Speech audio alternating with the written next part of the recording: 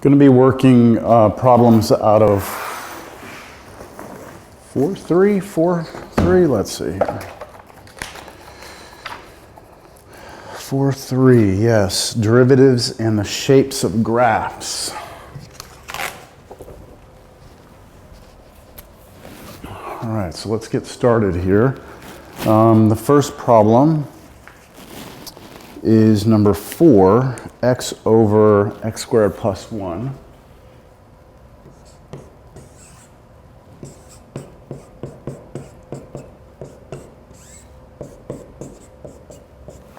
And what we're going to be doing, the instructions are part A, find the intervals on which f is increasing or decreasing. Part B, find the local maximum minimum values of f. And C, find the intervals of concavity and the inflection points. So part A, we want to know where the function f is going up, where the function f is going down. Part B, we want to find local max and mins. Part C, we want to find where the function is concave up, where the function is concave down, and then we want to find the inflection points.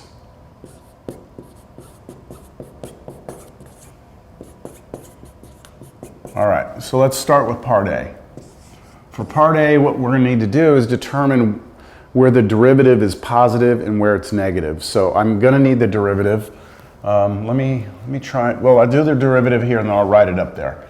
So the derivative of that function requires quotient rule. So derivative of the top is 1 times the bottom minus the derivative of the bottom, which is just 2x, times the top, which is x, all over the bottom squared. And if I clean this up, x squared, this is minus 2x squared. That's going to be negative x squared, so I have 1 minus x squared on top, and then x squared plus 1, that quantity squared on the bottom. So there's my derivative.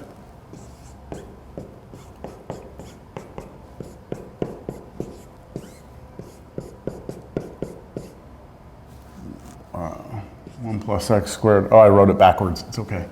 1 plus x squared squared. All right, so there's my derivative, and now what I need to determine is where this thing is 0. So I need to find the critical numbers. To figure out where the first derivative is 0, I set the numerator equal to 0, and I get 2 solutions of plus or minus 1. Then I need to figure out where the derivative doesn't exist, and that doesn't happen because 1 plus x squared can never be 0, and therefore I can never have division by 0. So my derivative is defined everywhere. I'm good to go. Now what I'll do is on a number line, I will plot my 2 critical numbers, which were 1 and negative 1. And then imagine that this partitions my number line into 3 separate sections. And then I will pick test points. And these test points must live in these regions, so I can pick any numbers I want in here. I'll pick negative 2, I'll pick 0, and I'll pick 2. And then very important, those numbers get plugged into the derivative, not to the original function. So I want to know, what is the first derivative doing at negative 2? What is the first derivative doing at 0? What is the first derivative doing at 2? All right, so let's plug in negative 2 right here. Negative 2 squared is 4. 1 minus 4 is negative 3. And then negative 2 squared is 4. Plus 1 is 5. And 5 squared is 25. But the most important thing to me here is that this is negative. Okay, so what I know is that when the first derivative is negative, that means my function must be going down, right? So this means over here my function f is going down, right? And now I plug 0 in. If I plug in 0 on top here, I get 1. And then if I plug 0 in here, I get 1 squared, which is also 1. And this is a positive number, positive 1, which means that my function must be going up here. And then at 2, I plug in 2, and I should get the same thing I get when I plug in negative 2. So this is going to be negative 3 over 25. So that's negative, which means that the original function must be going down. So part A says, where's the function going up? Where is it going down? What are the intervals? So you can see that when we talk about intervals, we're talking kind of like domain. We're saying, look, anytime your x value is here, that way forever, or, sorry, this is going down, or here forever, that's where my function's going down. And then my function is going up. I don't have another, oh, I do have another color over here.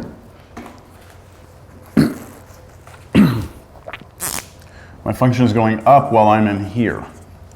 So the way I'm going to write this to answer part A is that my function is going up when x is in here, when x is between negative 1 and positive 1. And we never include the endpoints. We do the open interval.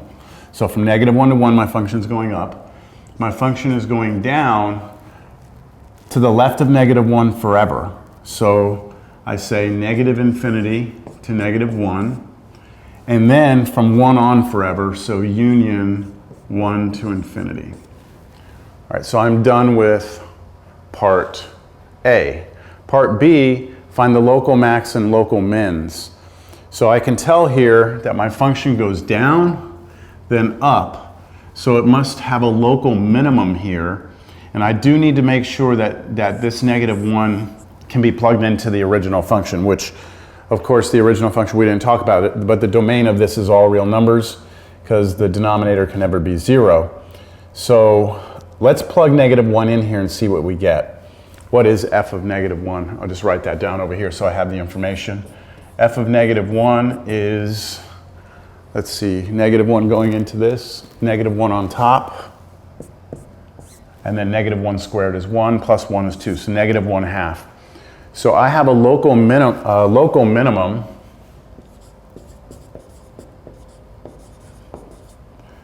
at the point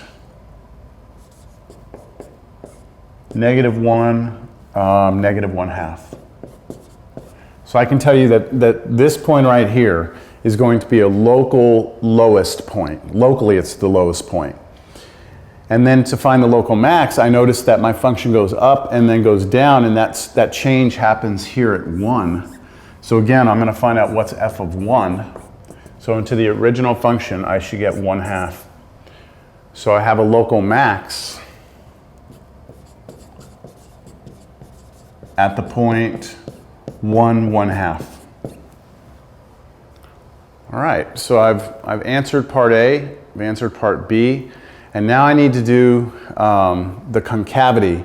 So concavity is pretty much we're going to do the same thing we just did here, except we're going to do it on the second derivative instead of the first derivative. So I'm going to erase this. And look at my second derivative. So the second derivative of f, I'll do it here and then I'll write it down up there. The second derivative is the derivative of the first derivative, so I have to do quotient rule on this. That's actually going to be kind of messy. Yeah, let's do it. Okay, derivative of the top, negative 2x, times the bottom. Now the bottom is 1 plus x squared squared, minus, now the derivative of the bottom is chain rule because I've got something squared. So it's going to be 2 times 1 plus x squared to the first power times the derivative of what's in here, which is just 2x, but then times the top function, which is 1 minus x squared. All of this over the bottom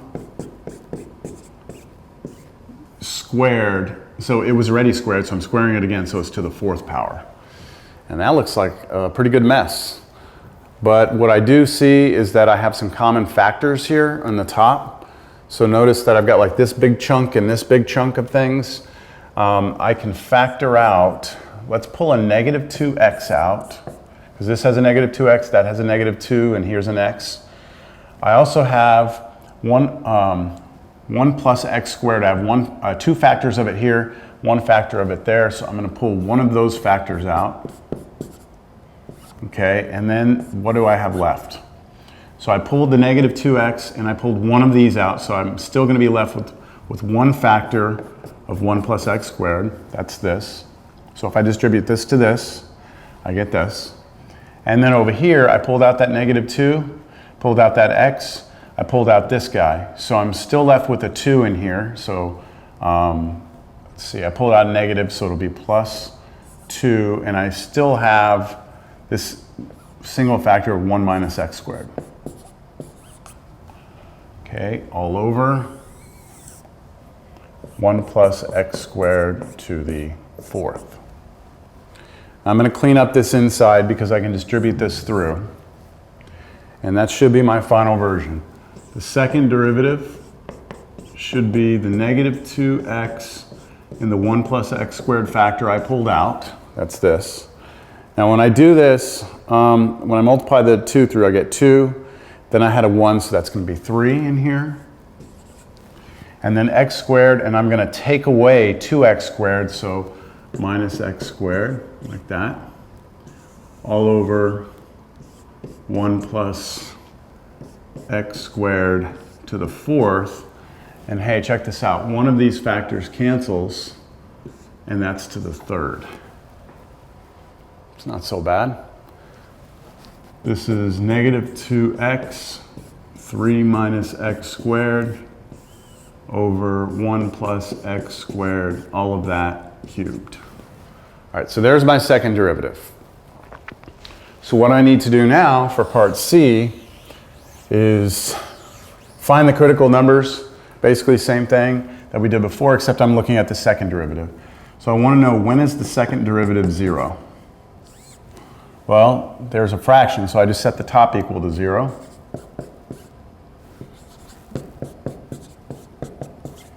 All right, so I can, since it's multiplication, I set each of these factors to 0. Negative 2x equals 0, and 3 minus x squared equals 0. This is just 0. And this one right here, I can move the x squared to the other side, take the square root on both sides, and make sure I do plus or minus. So I have 3 critical numbers here. And then I also need to check, does the second derivative not exist? And for the same reason that the first derivative didn't exist, I can't get division by 0 here. It's not going to happen. So no issues here. So now what I'll do is I'll draw a number line. I'm going to put these 3 points, 0, positive root 3, and negative root 3 on that number line.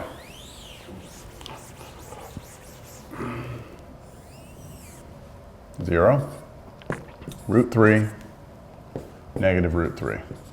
This will break my number line up into 4 sections.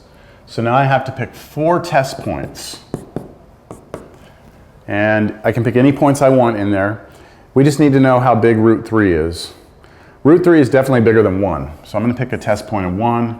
It's definitely to the left of negative 1, so that should work. And then root 3 is smaller than 2, so I can pick 2 here, and over here negative 2.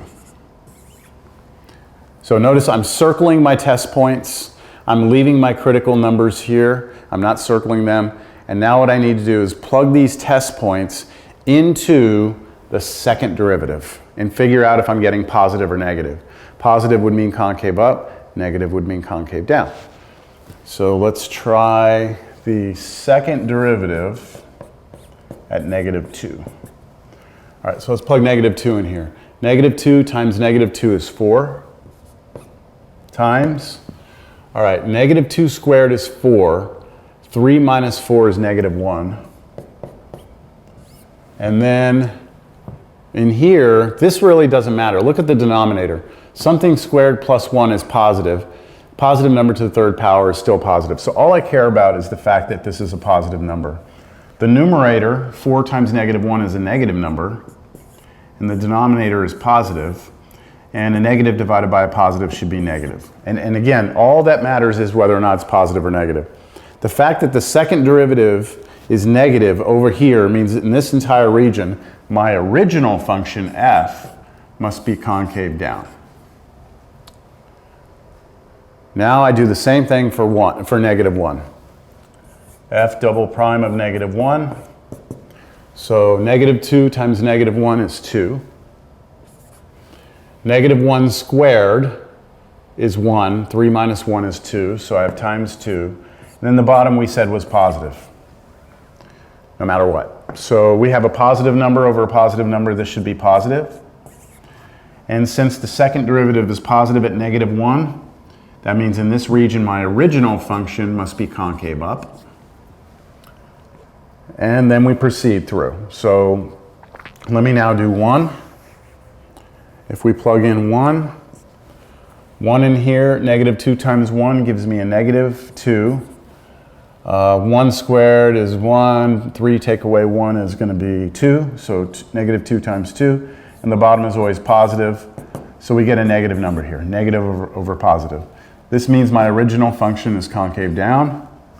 And I'll leave this last one for you. If you plug in 2 into here, you should get a positive. So there it is. Now, we have a change in concavity. It goes from concave down to concave up, right? Concave up to concave down to concave up. These points are actually in our domain. Remember, there's no domain restrictions. So these critical numbers do belong to our domain. And that means our function is defined there. That's a good thing. Let's answer the question, where is the function concave up? Let's do that. So f, the original function, is concave up on which intervals? It's everywhere between these two critical numbers. So between -√3 and 0. So between -√3 and 0, unioned with everything from √3 on forever. So √3 to infinity. It's where we're concave up. Now we're concave down over here, right, to the left forever of -√3. So I say negative infinity to -√3, unioned, and now right in here from 0 to √3. I'm concave down. All right, so I've answered part of part C. Now, where are the inflection points? Do I have them? And you can see that inflection points will occur anytime we have a change in concavity. So from concave down to concave up, that's going to be an inflection point. From concave up to concave down, that's an inflection point. Concave down, concave up, that's an inflection point. But it's very important to note that the only reason these are inflection points is because that these values of x live in the domain of the original function. There are some problems where when these don't live in there, you can't count them as, in other words, if 0 was not in the domain, we could not call that an inflection point because the function's not defined there. So where are inflection points? Our inflection points are going to happen when you plug -√3 into the original function, which is -√3 over, now I'm doing -√3 squared, negative times negative is positive, √3 times √3 is 3.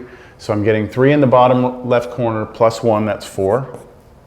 So this turns into the point -√3, -√3 over 4.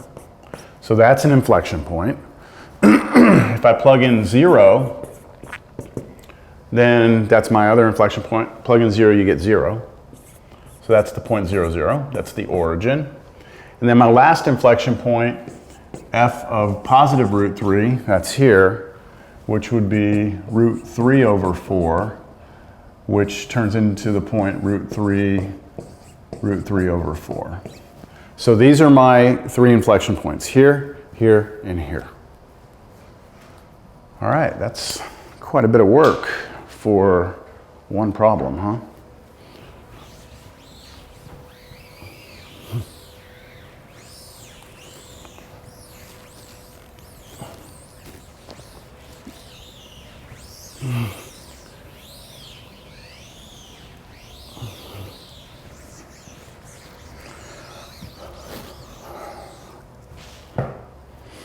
All right, let's take a look at number 5.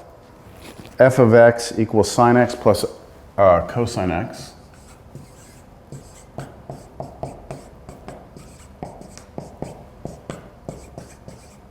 Now here, they're giving you a closed interval. They want you to look at it 0 to 2 pi. But see, the difference between this and the problems we've done before is that they're not asking you for the global max and the global minimum. If they were asking for global max and global min, then we would do the closed interval method. Here they're asking you for the local, where is it increasing, where is it decreasing, what are the local max and mins, where is it concave up, where is it concave down, what are the inflection points. So we are going to approach this in a different light than we did the closed interval ones. So let me get the derivative because I'm gonna need it. And what I'll do is I'll get the first 2 derivatives right now. Let's see if I can do that just quickly. All right, those are my first 2 derivatives. And now let's talk about part A. I want to know where the function's going up, where it's going down, and what are its local maxes and local mins. Also keep in mind the domain of this original function is all real numbers, which means it's definitely, the domain includes this, right? So I can plug in any value in here and I'm good to go. No division by 0, no roots of negative numbers. Same with the first and second derivatives. These are all nice continuous functions. So what I'll do for the first one, I want to know when the derivative is 0, first derivative. So I set cosine x minus sine x equal to 0. And one thing I could do here is move the sign to the other side. Where is cosine x equal to sine x? I could just look at it right there. I don't think I need to do anything else. If I go to my unit circle, excuse me. What this is asking is where is the x coordinate on the unit circle equal to the y coordinate? Remember, cosine is the x coordinate, y is the sine, sine is the y coordinate. So where are my x and y coordinates the same? And that's going to happen here at 45 degrees or pi over 4, and right here at 5 pi over 4. So those are the 2 angles that correspond to the cosine and sine being the same. And remember, we're only looking between 0 and 2 pi. So if I look from 0, okay, 1 revolution around, the only answers I'm going to get are pi over 4 and 5 pi over 4. So my 2 solutions here are pi over 4 and 5 pi over 4. Those are 2 critical numbers. I also need to check, is the derivative ever not exist? Well, that's not going to happen. My derivative is nice. So I can now put a number line. And notice I'm only going to look between 0 and 2 pi. And if this is pi over 2, this is pi over 4 right here. And then 5 pi over 4, so that's 3 pi over 2, pi over 4. This is 5 pi over 4 right here. All right, now what I would like to do, let's put the 0, the 2 pi, let's put the pi, let's put the 0 in a different color, because I want to point out that my only critical numbers are these 2. So I partition my number line up, but I'm restricted here between 0 and 2 pi. So when I pick my test points, I've got to pick a test point in here, anything in here, so I'll pick pi, and then anything over here, so I'll pick 3 pi over 2. So 3 pi over 2, it's test point, so I'm going to circle it. Pi, circle it. I didn't pick anything over here. How about pi over 6? That's a common angle. We know that. And now what I need to do is take these 3 test points, 1, 2, 3, and plug them into first derivative. So let me do that up here. So what is f prime of the first test point? Pi over 6.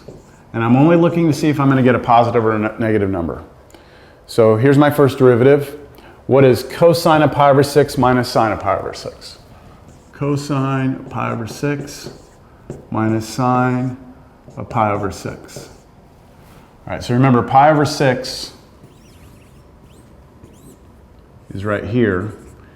That's the point root 3 over 2, 1/2.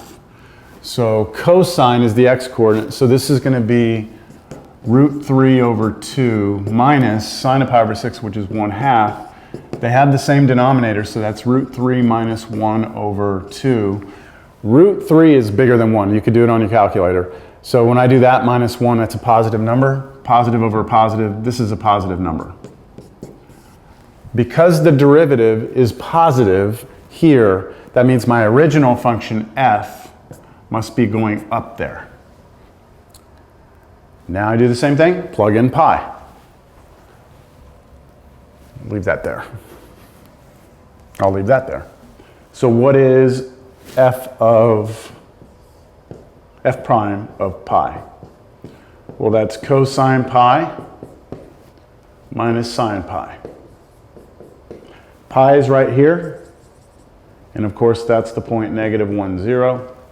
So cosine of pi is -1 minus sine of pi is 0, so we get a negative number here. So since it's negative, since the derivative is negative at pi, that means the original function is decreasing there. Now 3 pi over 2.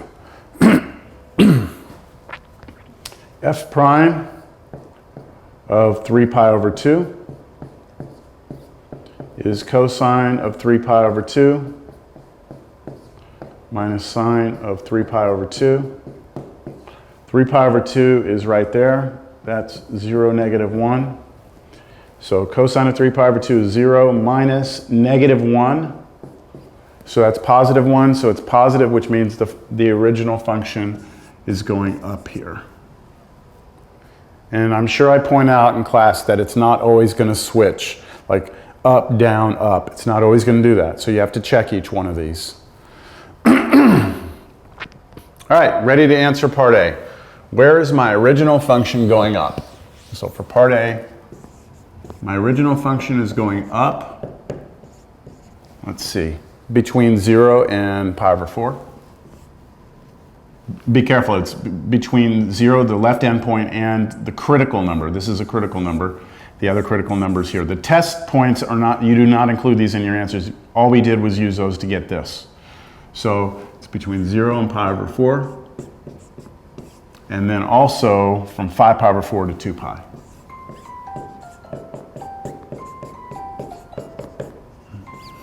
Give me a second here.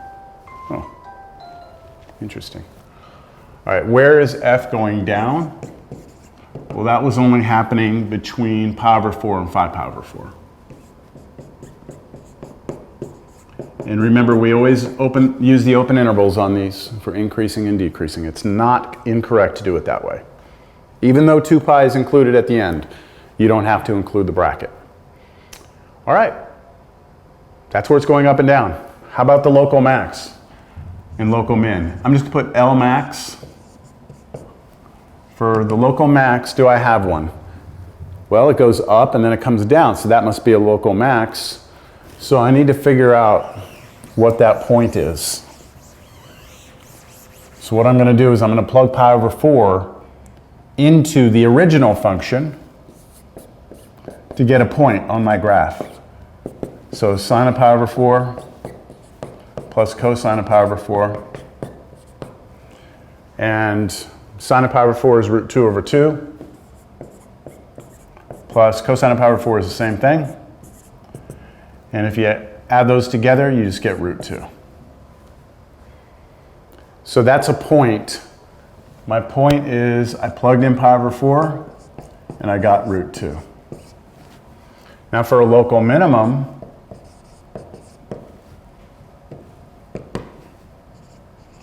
I notice I have it here. It goes down then up, so 5 pi over 4. I'm going to plug that in to the original function. So sine of 5 pi over 4, I'm plugging this in. Sine of 5 pi over 4 is negative root 2 over 2, plus cosine of pi over 4, which is again negative root 2 over 2. You put those together, you get negative root 2. So it's this point, 5 pi over 4, negative root 2.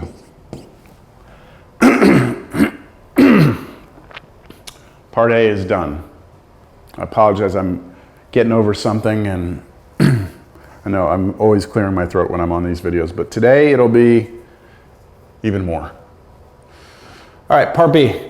We're just going to basically, wait, you know what? I think I answered part B there. That was part B. Finding the maximum, local maximum was part B. Part C is where is it concave up, concave down, inflection points.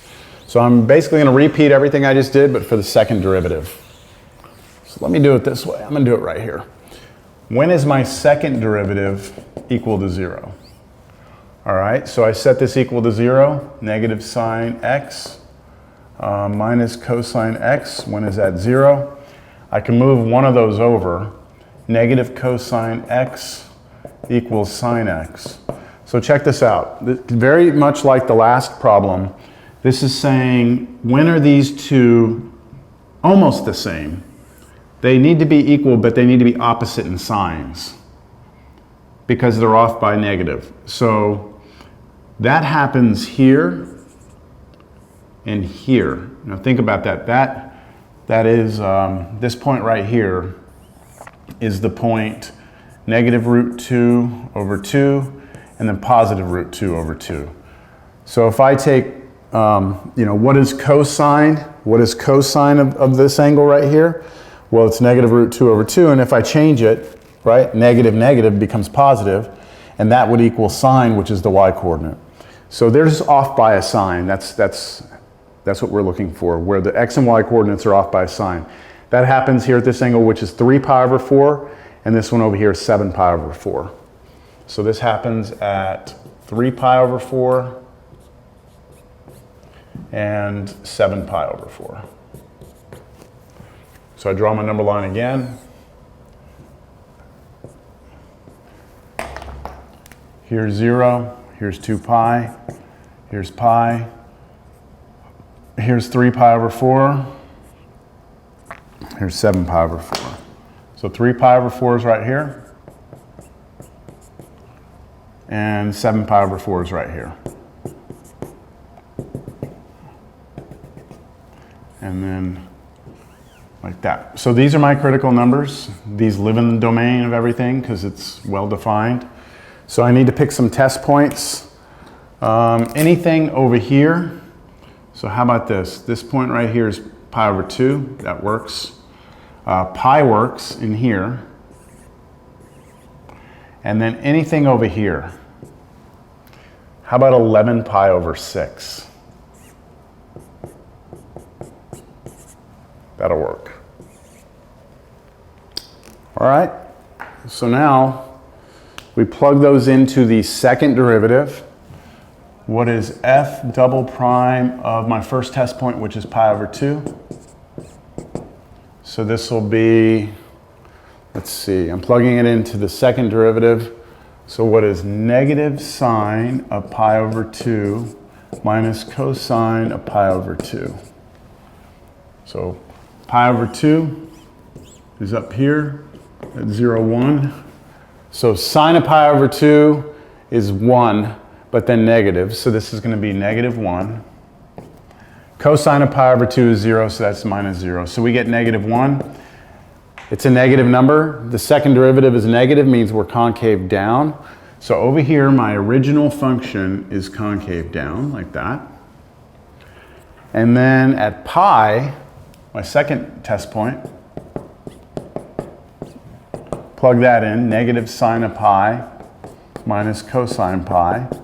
Pi is right here, that's the point negative 1, 0. So sine of pi is 0. And then cosine of pi is negative 1, but we're subtracting it, so it's plus 1. So it switches to positive, which means that the original function is concave up. And then lastly, f double prime of 11 pi over 6. So 11 pi over 6 is right here. This is root 3 over 2 and then negative 1/2.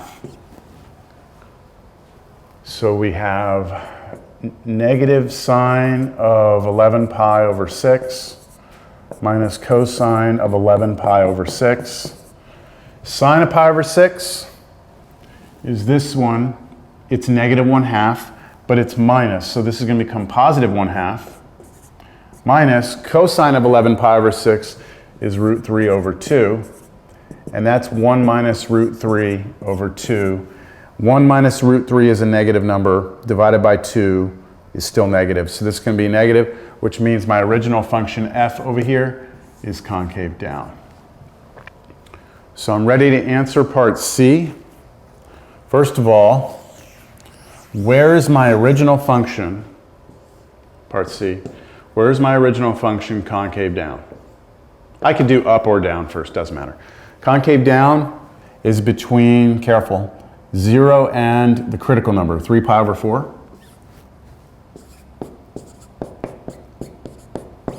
Union with also from 7 pi over 4, the critical number, not the test point, 7 pi over 4 to 2 pi. There we go. Where is it concave up? Well, that's just that middle piece. That goes from 3 pi over 4 to 7 pi over 4.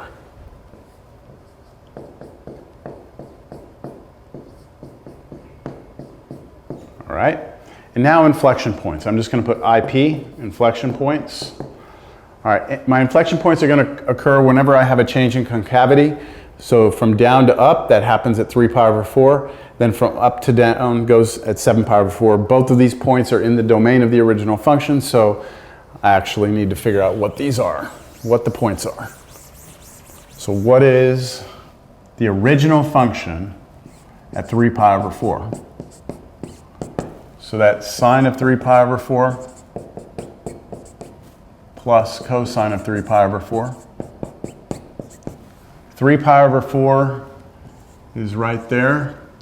And that's root 2 over 2, no, sorry, negative root 2 over 2, root 2 over 2.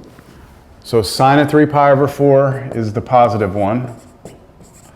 And then plus cosine of root 3 over 2, which is negative root 2 over 2. That's 0. And so we get an inflection point, first one, is 3 pi over 4, 0. Then I have to plug in 7 pi over 4, which is right, 7 pi over 4 is right there. That is root 2 over 2 and then negative root 2 over 2. So we have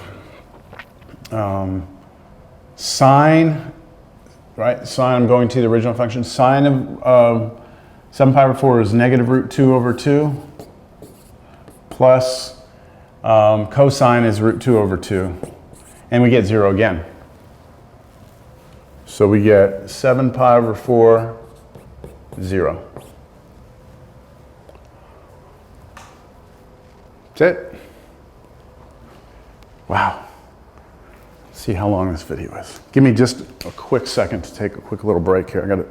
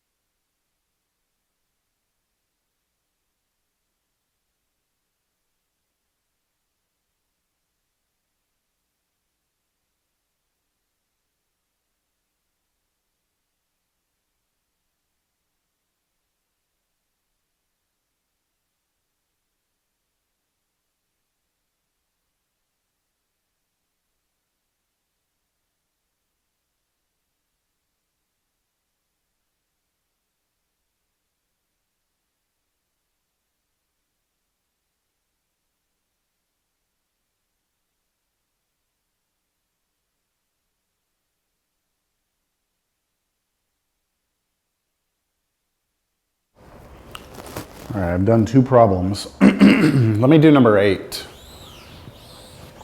I know there's a number 7 there, but it's an odd number, so I'll let you try that one on your own.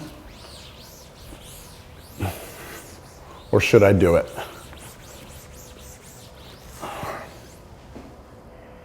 Still a lot to do here. Well, I'll do 7. E to the 2x plus e to the negative x.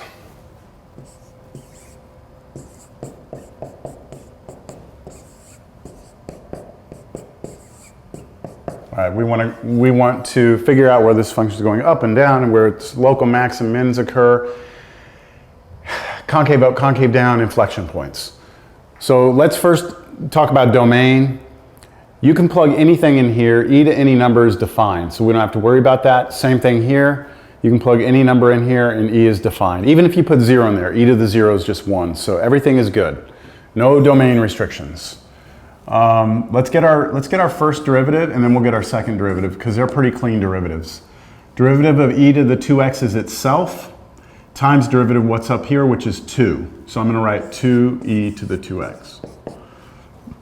Plus, derivative of e to the negative x is itself, times derivative of what's up here, which is negative 1. So that's going to turn into a negative instead of a plus, e to the negative x. So that negative 1 that came out the back, I just put it right here. Let me do the second derivative while I'm here. 2 is a constant, so can come for the ride. Derivative of e to the 2x is again 2e to the 2x. So the 2 and 2 hit each other and become 4e to the 2x. And then same thing that happened here. When I take derivative of e to the negative x, I get a negative that's going to pop out. So I can change it to a plus, and then back to that. All right, so those are my first two derivatives. So my first part here is to take my first derivative and set it equal to 0, which means I'm going to take 2e to the 2x minus e to the negative x and set it equal to 0. Interesting. Very interesting. All right, several ways we could solve this. Here's one way you could do it. 2e to the 2x equals e to the x, just e to the negative x, just brought this to the other side. And then keep in mind that this is the same as 1 over e to the x. And I can multiply both sides by 1 over e to the 1 over e to the x. I'm sorry, no. I can multiply both sides by e to the x. E to the x here, e to the x here. And it goes away there, you just get a 1. And over here, when you do e to the x times e to the 2x, you add exponents. X plus 2x is 3x. So I get 2e to the 3x. And then I can divide by 2. E to the 3x is a half. And then I'm trying to solve for x, and that x is stuck up in the exponent. So I could do natural log on both sides. Natural log of a half. And the 3x will pop out.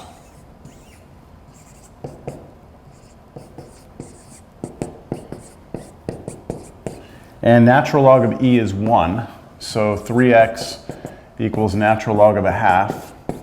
And then divide by 3, you get natural log of a half over 3.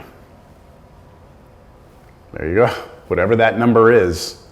All right, now the book would do something else here. What they would do is they would probably use the property of logs to split this up. This is division, so it becomes 2 logs. Natural log of 1 minus natural log 2 over 3. And the natural log of 1 is 0. So this would give you negative natural log 2 over 3. I'm just showing you what the book would probably do for this.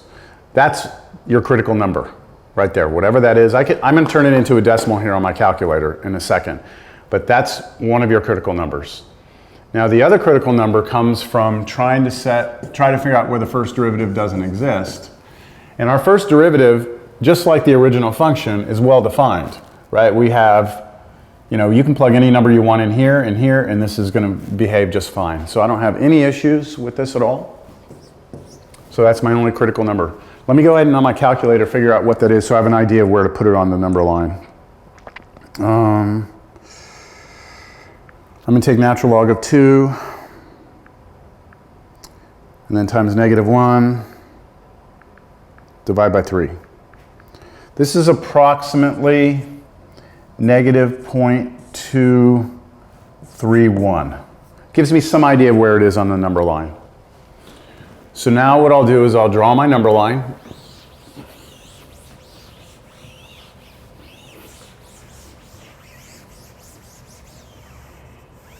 Okay, draw my number line, and I don't have any restrictions on my domain, so it's the whole number line, and this is negative natural log 2 over 3, which again we know is negative 0.231.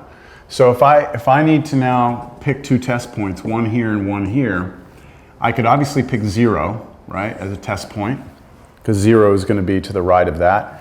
And then like negative 1 would be on the other side, so how about negative 1? And then what I do is I take those two test values and I plug them into the derivative. So what is f prime of negative 1? Well, that's 2e to the, let's see, negative 1 up here is going to give me negative 2, and then minus e to the, if I plug negative 1 in here and subtract, it's going to be e to the first power. And this will be, on my calculator, let's see, e to the negative 2 is 2 times, let's see, I'm getting 0.135, and then minus e, which is 2.718 approximately. So this is about, when I multiply those two together, I get like 0.27, and then minus 2.718. This is a negative number. If it's a negative number, that means the original function is going down here. Now let's try 0. Plug in 0 to the derivative. 2e to the, let's see, if I plug 0 in here, I just get 0. Minus e to the 0, and e to the 0 is 1. So 2 times 1 is 2, minus 1, so this is 1. That's a positive number. So my original function is going up here. That's looking like a local minimum right there. And so let me answer the questions. Where is f, let's say, going up? Well, it's going up from my critical number to the right. So from negative natural log 2 over 3 to infinity, it's going up. The original function is going down to the left of that. So from negative infinity to negative natural log 2 over 3. And what about max or min?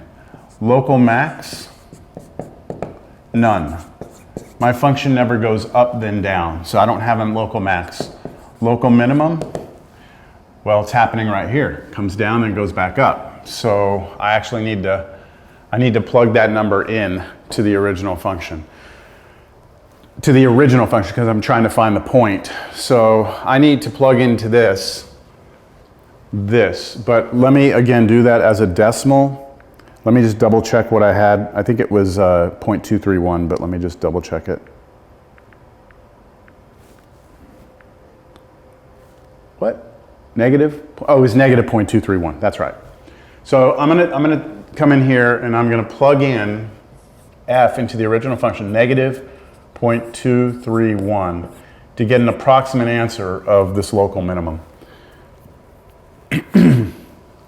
You know, I'm wondering, could you actually get an exact answer? You could, but I'm wondering what the book would have done. This is number 7. Let me see if they get an exact answer or not. This is 4.3, number 7. They get an exact answer. Okay, let's do an exact answer then. That's fine. What is f of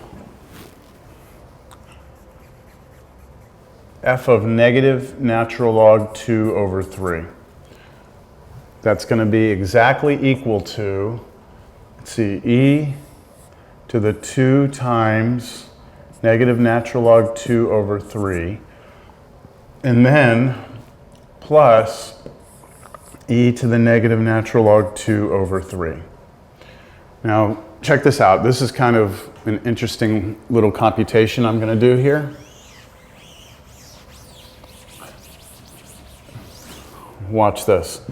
Do you agree that this is the same as e to the 2/3 times negative natural log 2? So that 2 up here is multiplying, the 3 is dividing, so I just pop that 3 out. and separate it. And then over here, watch, I'm going to do plus e to the negative, no, we'll just do 1/3 times negative natural log 2, like that. All right, so if you believe that, then this is the same as e to the negative natural log 2 all to the 2/3 plus e to the negative natural log 2 all to the 1/3. So what I'm doing is, if you have something to a power, you multiply these two powers. 2/3 times that is this. 1/3 times that is this. And what that allows me to do now is I'm going to take that negative exponent and put it up here. So e, watch, natural log 2 to the negative 1, like that. That's a negative 1 out front. Bring it up as the exponent. All of that to the 2/3 plus, and then this one, same thing, e to the natural log 2 to the negative 1 all to the 1/3.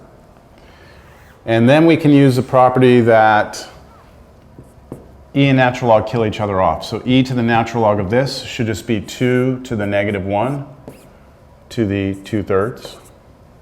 And then plus this one, the same thing, 2 to the negative 1 to the 1/3.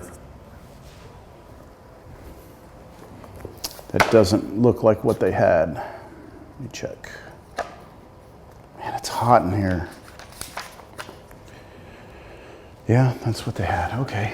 So now, last thing, something to a power, you multiply the two powers. Negative 1 times 2/3 is negative 2/3 plus 2 to the negative 1/3.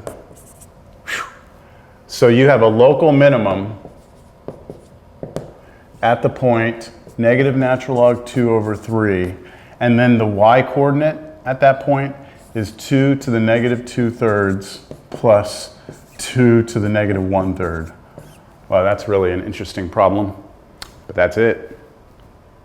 Okay, that's your up, down, local max, local min. Now we need to do concave up, concave down, inflection points. I'm only going to have time for this problem. I'm going to have to come back and do some videos.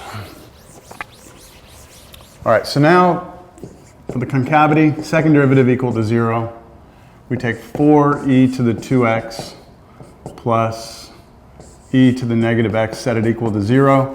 And by the way, the second derivative doesn't exist. That doesn't happen. Same reason. I'm not even going to concern myself with it. I did it one way last time. I guess I'll do it the same way. Maybe I'll just rewrite it like this first, though.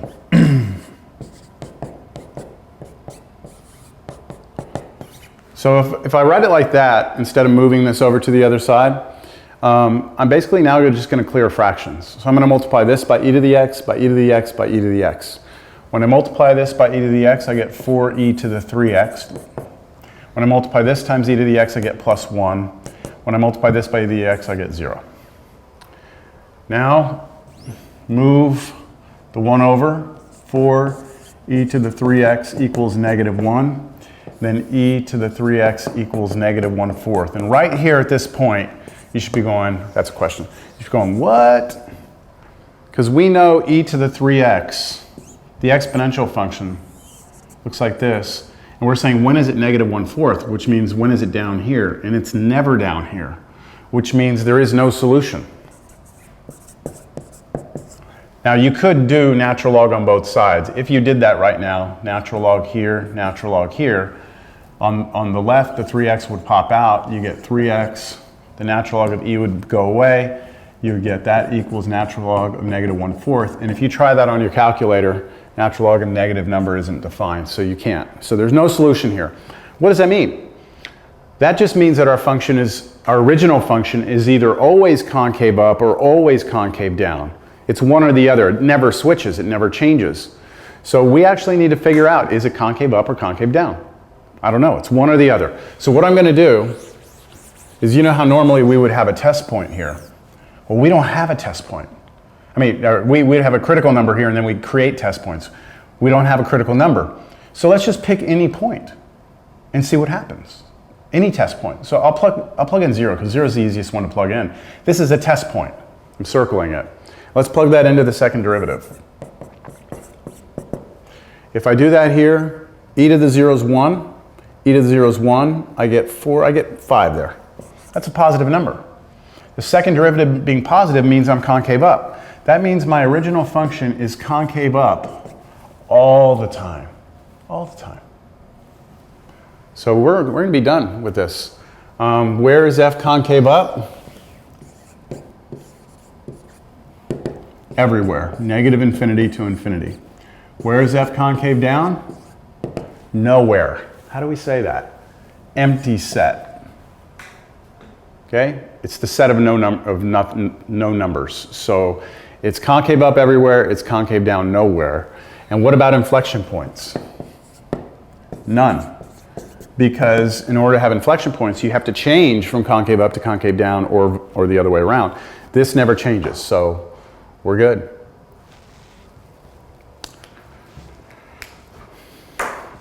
Yeah, maybe I can squeeze number 8 in here. If I get number 8 in, that'd be great. F of x equals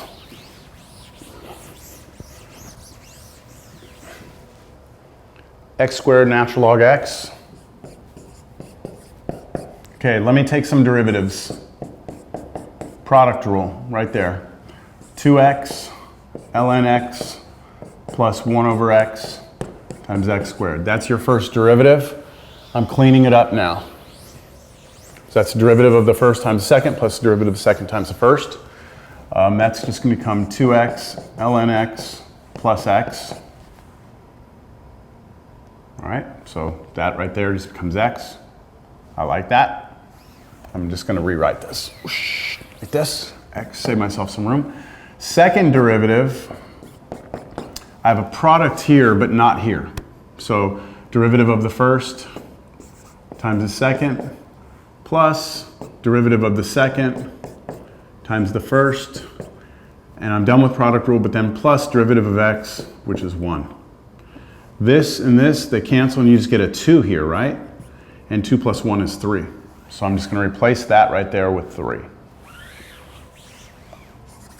There's your first and second derivatives. And now, when is the first derivative 0? Oh, you know what? We need to talk about domain. I'm sorry. Look at the domain of this function. The domain of f